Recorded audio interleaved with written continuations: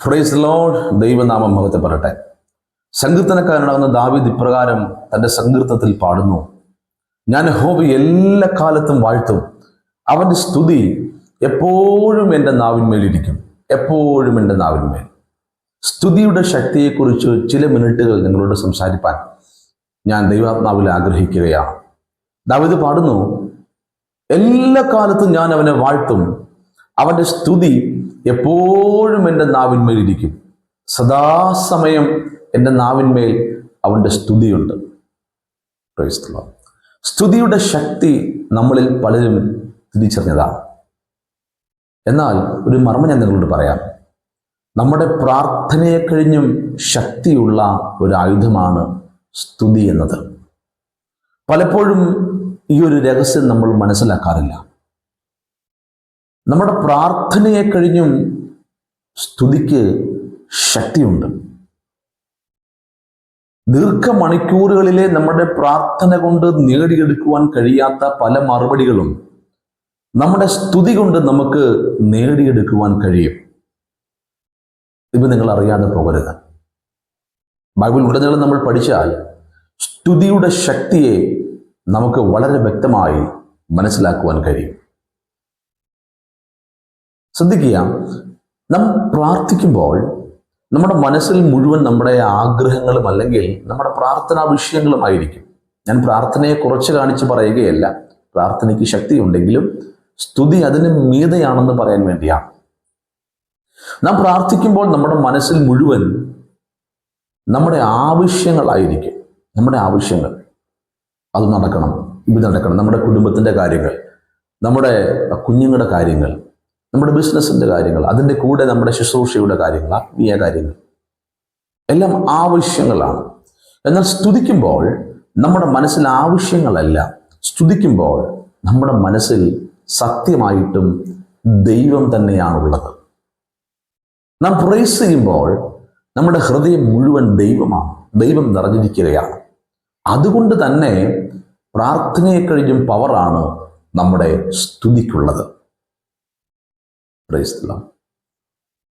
ഭയങ്കര പവറാണുള്ളത്. ഒരു കഥ എൻ്റെ മനസ്സിലേക്ക് വരുന്നു. കഥയല്ല എങ്കിലും അത് ഒരു അനുഭവം എന്ന് വേണമെങ്കിൽ പറയാം. ചൈനയിലുള്ള ഒരു കർത്താവിൻ്റെ ദാസൻ, ഒരു മിഷണറി, അദ്ദേഹം അതിശക്തിയോടുകൂടി കർത്താവിൻ്റെ വേല ചെയ്ത ഒരു ദൈവഭക്തനാണ്. ഒരു ദിവസം അദ്ദേഹം രോഗാതുരനായി രോഗക്കിടക്കിൽ അദ്ദേഹമായിരിക്കുമ്പോൾ അദ്ദേഹം ഒരു കാഴ്ച കാണുകയാണ്. 2 ദൂതന്മാർ അദ്ദേഹത്തിൻ്റെ അടുക്കിലേക്ക് വന്നു. അദ്ദേഹം അവരെ നോക്കി. അദ്ദേഹം കാണുന്ന കാഴ്ച, ആ ഏഞ്ചൽസിന്റെ കയ്യിൽ 2 ബാസ്ക്കറ്റ് ഉണ്ട്. ആ ബാസ്ക്കറ്റിൽ ഒന്നിൽ എഴുതിയിരിക്കുന്നു സ്തുതി, പ്രൈസ്. അപ്പുറത്ത് എഴുതിയിരിക്കുന്നു, അടുത്ത ബാസ്ക്കറ്റിൽ എഴുതിയിരിക്കുന്നു പ്രയർ, പ്രാർത്ഥന. 2 ബാസ്ക്കറ്റുകൾ. അദ്ദേഹത്തിനൊന്നും മനസ്സിലായില്ല. അദ്ദേഹം ഏഞ്ചൽസിനോട് ചോദിച്ചു, എന്താണ് സംഭവം? അവർ പറഞ്ഞു, നീ ഈ ബാഗിലേക്ക് നോക്കുക. ഒന്നുകൂടി ആ മനുഷ്യൻ ശ്രദ്ധിച്ചു നോക്കിയപ്പോൾ കാണുന്ന കാഴ്ച, പ്രാർത്ഥനയുടെ ബാഗ് നിറഞ്ഞ് കവിഞ്ഞിരിക്കുകയാണ്, എന്നാൽ സ്തുതിയുടെ ബാഗ് കാലിയായിരിക്കുകയാണ്. അദ്ദേഹം അവരോട് ചോദിച്ചു, എന്താണ് സംഭവം, എന്താണ് കാര്യം?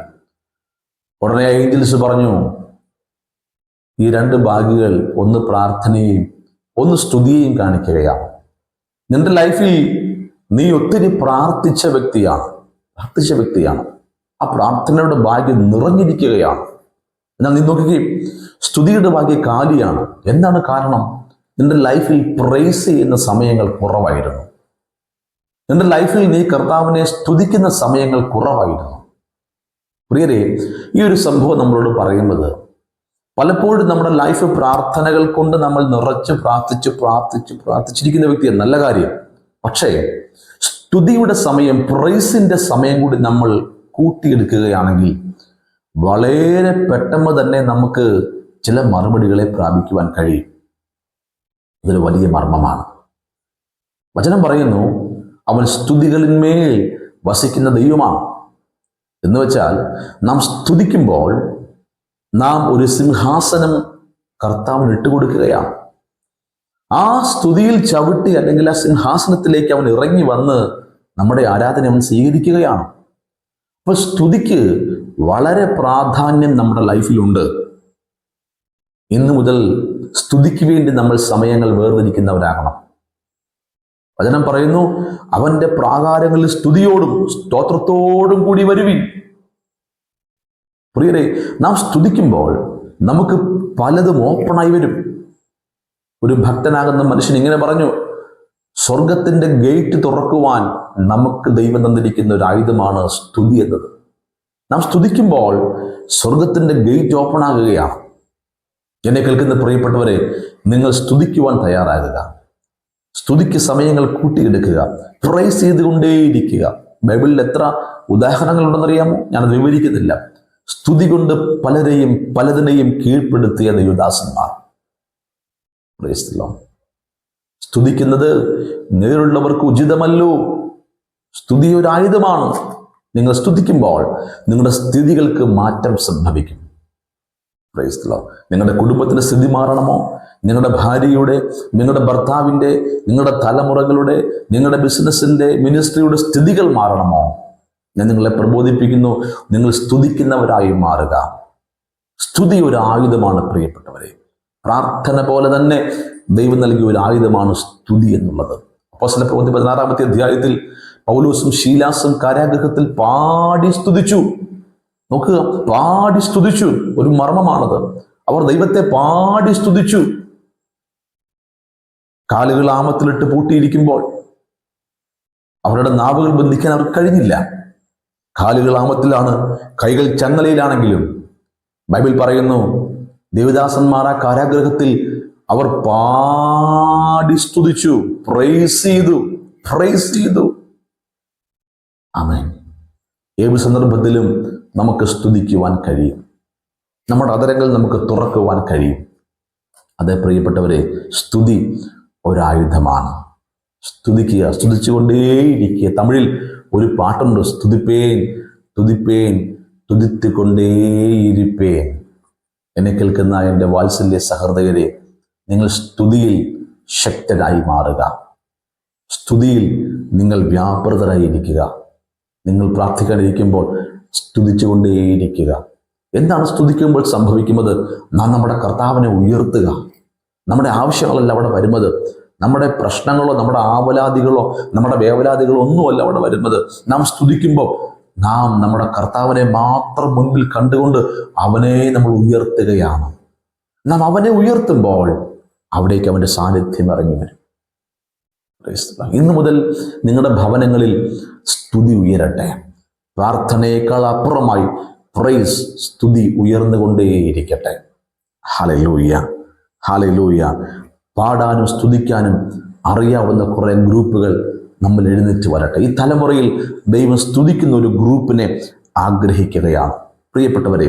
അതുകൊണ്ട് വളരെ ആത്മാർത്ഥതയോടുകൂടി ഞാൻ നിങ്ങളെ പ്രബോധിപ്പിക്കുന്നു, യഹോവയെ സ്തുതിച്ചുകൊണ്ടേയിരിക്കുക. ഹല്ലേലൂയ. ബൈബിളിലെ ഏറ്റവും വലിയ ആരാധകനാണ് ദാവീദ്.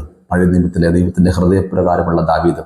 ദാവീദിനെ കുറിച്ച് പറയുന്നു, അവൻ സദാസമയം ദൈവത്തിന് വേണ്ടി പാടുകയും ദൈവത്തോട് പ്രാർത്ഥിക്കുകയും അതിനെ കഴിഞ്ഞും അപ്പുറമായി പ്രൈസ് ചെയ്യുകയും ചെയ്തുകൊണ്ടിരുന്നു. അവന് കാട്ടിൽ ഒരു ഇടയനായിട്ട് ജോലി ചെയ്ത വ്യക്തിയാണ്. പക്ഷെ അവൻ്റെ സ്ഥിതി മാറ്റിയത് അവൻ്റെ സ്തുതിയായിരുന്നു. കാട്ടിൽ ദാവീദിന് ഓഡിയൻസ് ഇല്ലായിരുന്നു. അവനെ കേൾപ്പാൻ ആളില്ലായിരുന്നു. അവൻ്റെ പാട്ട് കേൾക്കാൻ ആളില്ലായിരുന്നു. അവൻ്റെ ഓഡിയൻസ് ആടുകളായിരുന്നു. പക്ഷേ ആ സമയത്തും നിറഞ്ഞ മനസ്സോടെ ദാവീദ് പാടി സ്തുതിച്ചത് കൊണ്ട് അവൻ്റെ സ്ഥിതിക്ക് മാറ്റം സംഭവിച്ചു. കാട്ടിൽ കിടന്നവനെ ദൈവം കൊട്ടാരത്തിലെത്തിച്ചു. ഹല്ലേലൂയ. ആടിനെ മേയിച്ചുകൊണ്ട് നടന്നവൻ രാജാവായി മാറി. തമിഴിൽ ഇങ്ങനെ പറയും, ആടുകൾ മേയ്ത്തവൻ അരസനായി മാറി. എന്താണ് കാരണം? സ്തുതിയാണ് സ്ഥിതിയെ മാറ്റിയത്. ഹല്ലേലൂയ. പാറപ്പുറത്തിരിക്കുമ്പോഴും അരുവികളുടെ തീരത്തിരിക്കുമ്പോഴും വൃക്ഷത്തിന്റെ ചുവട്ടിലിരിക്കുമ്പോഴും നല്ല ചൂടുള്ള സമയത്തിരിക്കുമ്പോഴും തണുപ്പുള്ളപ്പോഴും ആ മനുഷ്യൻ സദാസമയം പാടിക്കൊണ്ടേയിരിക്കും, സ്തുതിച്ചുകൊണ്ടേയിരിക്കും. ഹല്ലേലൂയ.